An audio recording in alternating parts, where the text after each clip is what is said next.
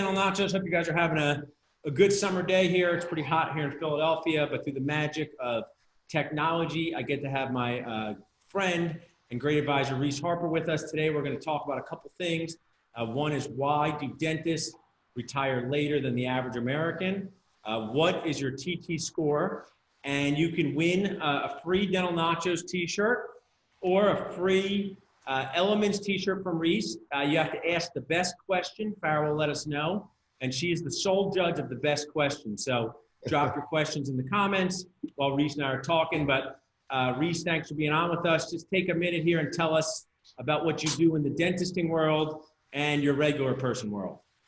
Yeah, man. Thanks, Paul. It's always fun to chat with you. You're one of my favorites to shoot the bull with every day. What are you drinking there? My aunt would like you saying that, so I appreciate it. What are you drinking there? La Croix, yeah. It's too early for vodka, maybe not, but yeah, 10-4. I yeah, like. Yeah. My wife buys I buy those by the case loads for me and my wife, so I noticed that right away. Yeah, it's a big part of our culture here at the Dental Nachos. It's also free at our workspace, so we like that. We are dentists through and through, yeah. So my background is I'm a financial planner that only works with dentists. I started in 2003, working for another big company, and then I started my own business in 2007. And kind of surprising way that, I mean, it just, falling into dentistry was really like a product of me having a few dentists and a bunch of other business owners, and feeling like dentists needed help a lot more than the rest of them. And so I just focused on dentists for a lot of reasons. So I'm a person who will interrupt or hijack in any scenario, Reese, but in a kind way.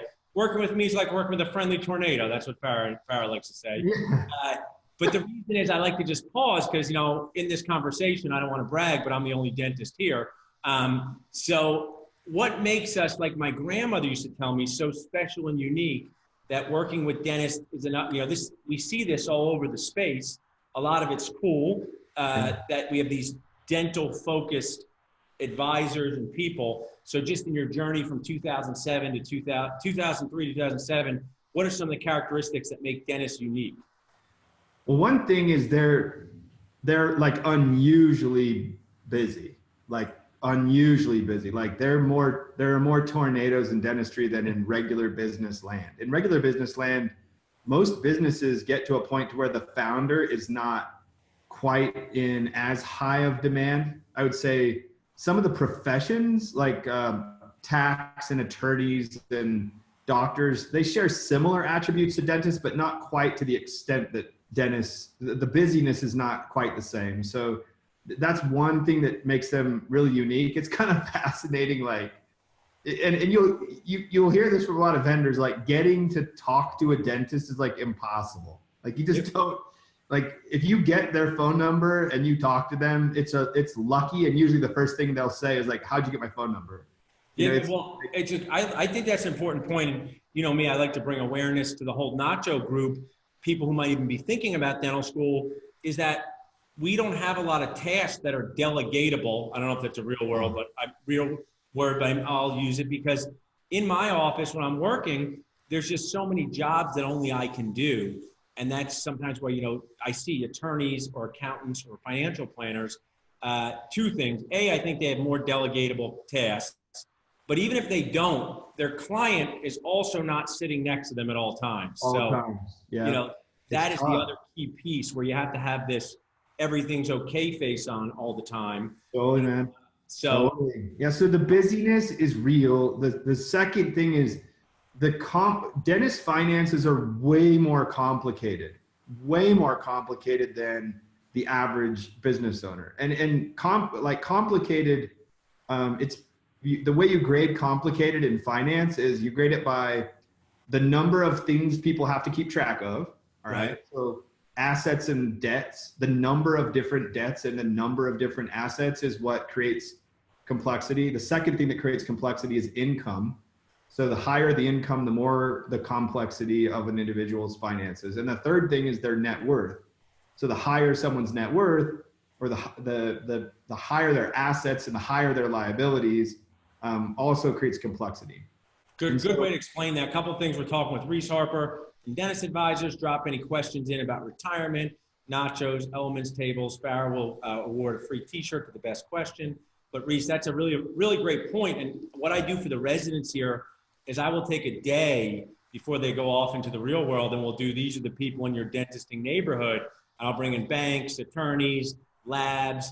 And if you even just think of dentistry as a business with the checks that are, checks are not really written anymore, but the checks that are written out. Yeah. I mean, the number of vendors that a dentist has to make their business run is just, it's just so overwhelming. Yeah. Yeah. And the personal finance side is just that same way, Paul. It's like, you don't just have like one business loan. You have equipment and TIs and ground up construction. You've got condo loans. You have equipment debt, usually multiple equipment debts over a period of time. You got multiple student loans. Then you've got, on the asset side, you could have 401k, a Roth IRA, a traditional IRA, a SEP IRA, because as you get wealthier, your plan types change and migrate. Then you could have a couple of different investment accounts, and often they have working spouses or two spouses that are working.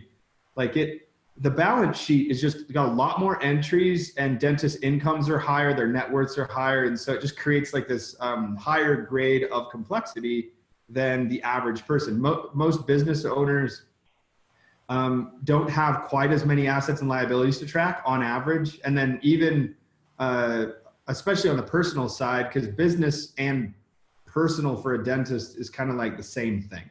Yeah. It's not, they're not viewed as separate. In fact, it's funny, dude, like a week ago, I was sitting down with, I don't know, if the CEO of Weave. I think I know them. Yeah. And Brandon was telling me, he was surprised. We were talking about dentist financial pickers, like what makes them so different? Cause they do phone systems for dentists. And I was like, he's like, I don't even think about my business and my personal, like even in the same, like they're not even the same at all. And I'm like, no, yeah, dude, like they're not separate. So basically what you're saying is being a dentist infects every aspect of your life. It's an infection that we have to deal with. So we have a question for Mom. What's our question? Well, I have two comments with that. Kendra said, because dentistry allows dentists to set their own schedule, other professions rarely do. And then Arash Amandia says, you sent to offices as an individual business are really undervalued compared to other businesses. So two comments. One, but my friend Vivek, I've gotten to know well, Vivek Keenra. He was at the Dental Success Summit at a great company. He's one of our affiliates and sponsors, PPO Profits. He said dentists get to set their own schedule. Kind of, Vivek, I can't decide to work from 7 p.m. to 11 p.m. I'd have no team. But we do have some scheduling flexibility. And the other is dental businesses are undervalued compared to other businesses. From Adrash Madani, anything you have to say about that, Reese? Well, I think that dentists do have the control to set their own schedule. The challenge is your schedule ultimately affects your income in a really direct way for most practice owners until they get to where they're a little bit larger and they have some scale. And so there's this temptation to always have a packed schedule. And you'll talk to a dental consultant, the goal is to maximize the production per hour, and trying to do that usually means packing as many hours in the day as possible. So it just leaves very little time to focus on personal finance, and usually it gets neglected. It's just one of the other things besides healthy eating habits and exercise and a litany of other things. I want to tell you, Reese, you look great. I mean, I've been working out more myself, but from what I mentioned now, you look great. I don't know if we went Del Bez, would you even have the guacamole? Would you have the hair? There's a healthy fat. I can have guac, just plenty of guac, So let's just not shift, but when I get up in the morning, Reese, the first thing I think is, when can I go back to bed? And I'm like, 21 hours from now, no big deal. But when dentists start their career, they should be thinking about retiring. Tell us a little bit about why dentists retire later than the average American, and some of the trends you see in retirement that you could share with the Nacho audience. Great. I'm not a big fan of talking about retirement as a focal point. I don't like thinking about retirement as this thing. I just like talking about when is work optional for you? When are you going to be able to not have to work? But it's not. So the TT score on our periodic table here of financial elements is in the bottom right-hand corner. So this little periodic table is something I came up with earlier in my career, probably the first 5 years. and it just gives me a kind of set of x-rays. Each one of these elements is a statistic or a ratio that tells me how healthy a dentist is in that area. And retirement is the TT indicator. And it tells me basically right now, based on how someone spends their money personally, how much they spend, how long they could last right now if they just stopped working. Like how many years would it go? Would it be a TT score of 1 would mean you could go for 1 year. A TT score of 10 would mean you could go for 10 years. And the bigger that number gets, you get closer to what we call infinity mode or beast mode. Gotcha. Where your money starts growing so fast you can't outspend it anymore. That usually happens when you get to like a 25 or a 30, depending on the rate of return of your investments. But when you get to a 25 or a 30, maybe worst case, it'd be a 32, 33. You're kind of in this kind of infinity mode where you can just spend the way you're spending and work is optional for you. Gotcha. You have to think about, you wouldn't want to quit working when you're only at a 10 TT score. But, at a 20 or a 25, you can start having the conversation. At a 30 or 35, you're probably financially independent.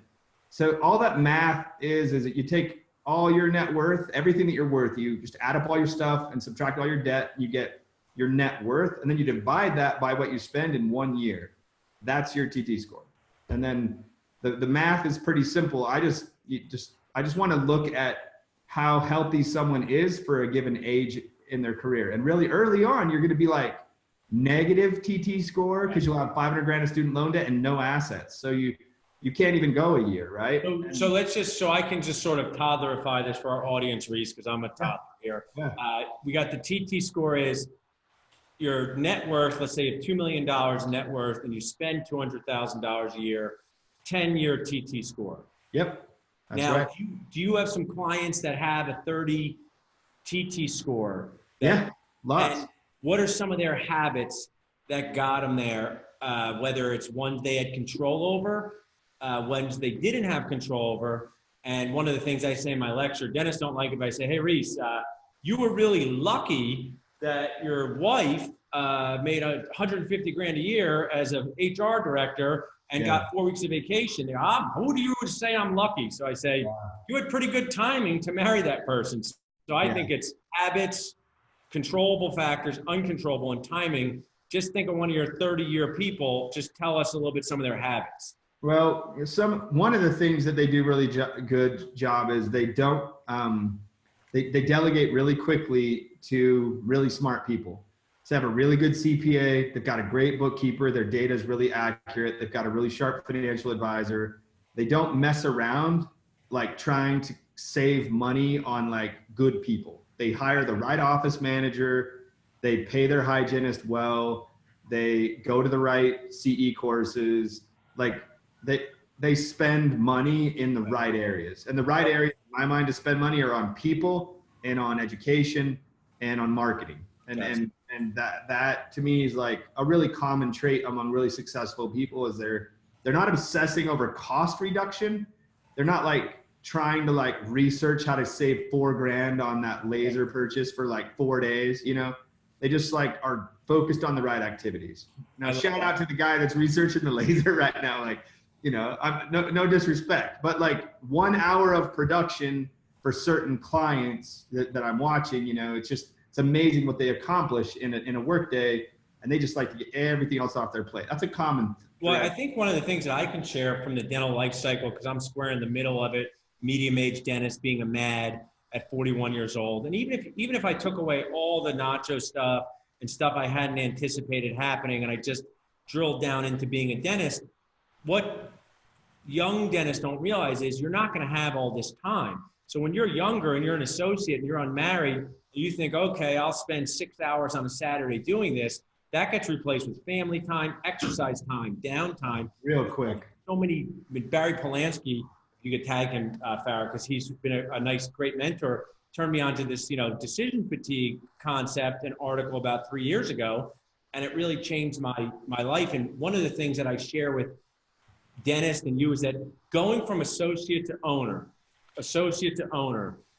just the hardest part is the number of decisions you have to make as an owner that people hide from you as an associate. Yeah. Going from child to parent, you could be a 23-year-old child, right? You know, my parents, but my parents hid decisions from me, and then I have to make them now as a parent. And nobody talks to dental students about this, and they should more, because finding the right people and paying them is so critical to your happiness, your well-being, and you're saying to your financial success.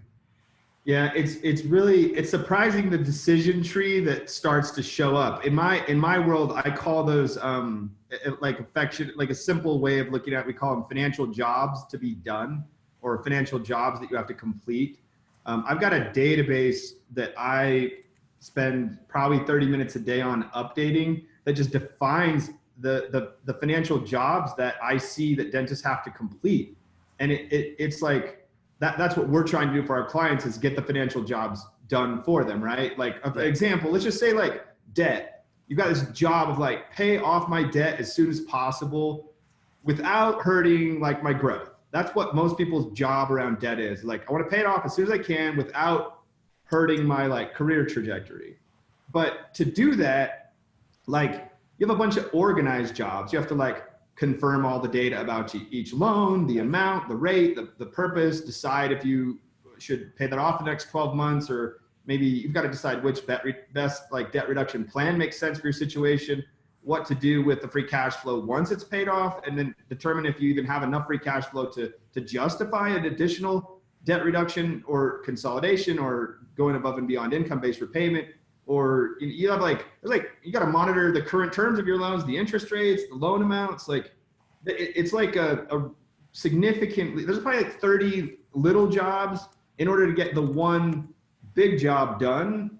Yeah. And it takes 10 hours a year, like 10 or 12 hours a year. And you need someone to do that job. That same like decision matrix applies to life insurance and retirement accounts and kids education and estate planning and disability coverage and real estate acquisition. And you know, I think, Reese, and I was saying this on a podcast, and your podcast is awesome, Dennis Money Show. I've been on the guest on there, and you've actually really helped us with the podcast, and I appreciate that.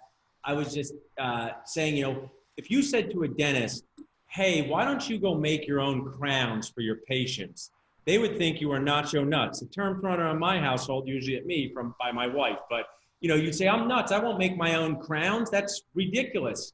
But they're doing the exact same thing in their other parts of their life because they're not aware. So let people who do something every day do it, because it's hard enough when they do that. So let me just throw something at you, Reese, because I remember the SAT. It was like, you know, one train leaves the station. On this one, I was like, how is this ever going to help me in life? But how about this? Yeah. Let's play a Reese Harper Dennis Money SAT. You know, I'm a 30-year-old dentist. I have $350,000 in debt. Okay. I work I'm in my third year of an associateship. I make $150,000 a year. I'm unmarried. I have no kids. I'm trying to mentally process paying off my debt, saving for retirement, and creating some financial success. Just in an easy word problem. Give our listeners some, you know, talking points. If you would say, hey, it'd be good if you did this with that type of income. Yeah, right when you're saying that, I would kind of want to explore, like, do you know you want to be an owner, or do you know you want to be an associate? And then I'd want to ferret that out a little bit. So give me a response there. Are you the type of person that wants to say, you know what, being an owner is not for me. I see myself figuring out my place in the dental world. Might not be where I'm working right now, but I see, and I've looked at this landscape, that I don't want the responsibilities of working, so I'm going to be an associate. And you're paid how? Are you paid on a production-based scale, or are you paid on a flat daily? I mean, a daily safety net guarantee, which I believe strongly in, with the opportunity to make more. So just so I'll share with you, I used to make 120, Reese, but now I'm making a little more each year because I'm getting to know my patients. So maybe, you know, 150, 160, 170. I don't see my income doubling, but what are some good habits I could start with, or good? So I would keep, so for me, I know this is a little bit unexpected, but like, I would make sure that this person really understood what the possibility was as an associate to increase their production. Because to me, like, the first financial place to invest is, if you're going to be an associate, I mean, focus on maximizing your ability as an associate, whether that's adding a new skill, going to one of Dental Nacho's implant courses, whether that's improving your hand speed, whether that's getting another mentor. Like, there are people as an associate producing a lot, you know, thousands over 1,000 per hour. And in some cases I've seen over 2,000 an hour as an associate. And this is pretty insane, like kind of production. And they do a good job, a great job, but they were doing 275 or 4.25 or, 475. And in my mind, I'm not a consultant. I'm not a coach. I don't do this for a living, but as a financial advisor, whether you're a dentist or any occupation, my advice to you would be make an investment in your own self as much as possible, as early as possible, because this is a game of financial planning, just a game of how much money are you going to earn in a lifetime.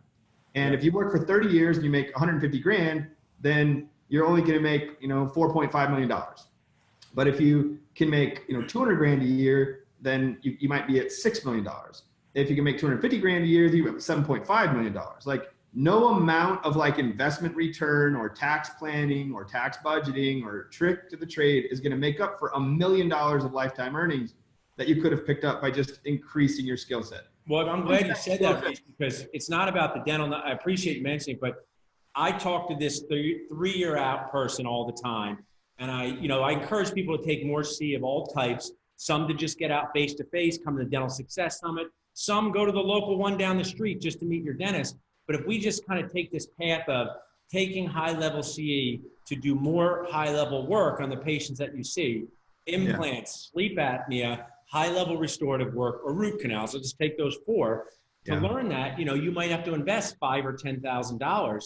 And I will say to a young dentist, you should do it. You can add millions to what you do. And they say, oh, but I have so many loans. I'm glad to hear someone like you say, hey, I have clients and I see people from dental school up to this TT score of 30, and making more money in the same amount of time is the only thing you can do as an associate. And it's possible. Like, no, there's nothing you can do besides, like, you're not going to pay your debt down to get out of this hole. You've got to earn your way out of it. And there isn't a ceiling. Like, dentistry is not a ceiling where owners win and associates don't win. Owners win when associates win. Totally. So the associate just needs to focus on improving their capability and not thinking that the way they're going to do that is by going and owning a practice. If you're going to own a practice, it's a different path than if you're going to be an associate, but they're both about income increase. But I would say there's never an excuse in my mind for not saving at least 5% of your gross income.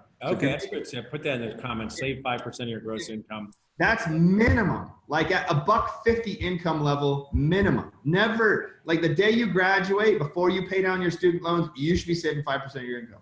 Gotcha. Now, the reason you want to do this is if you don't, you're never going to understand what it feels like to invest money and have the emotional fears and worries and stresses. You're gonna the first time you're gonna invest money is gonna be in your mid-40s or early 40s. It's not soon enough. You're not gonna develop any competency emotionally or behaviorally around investing, and that's the real trick.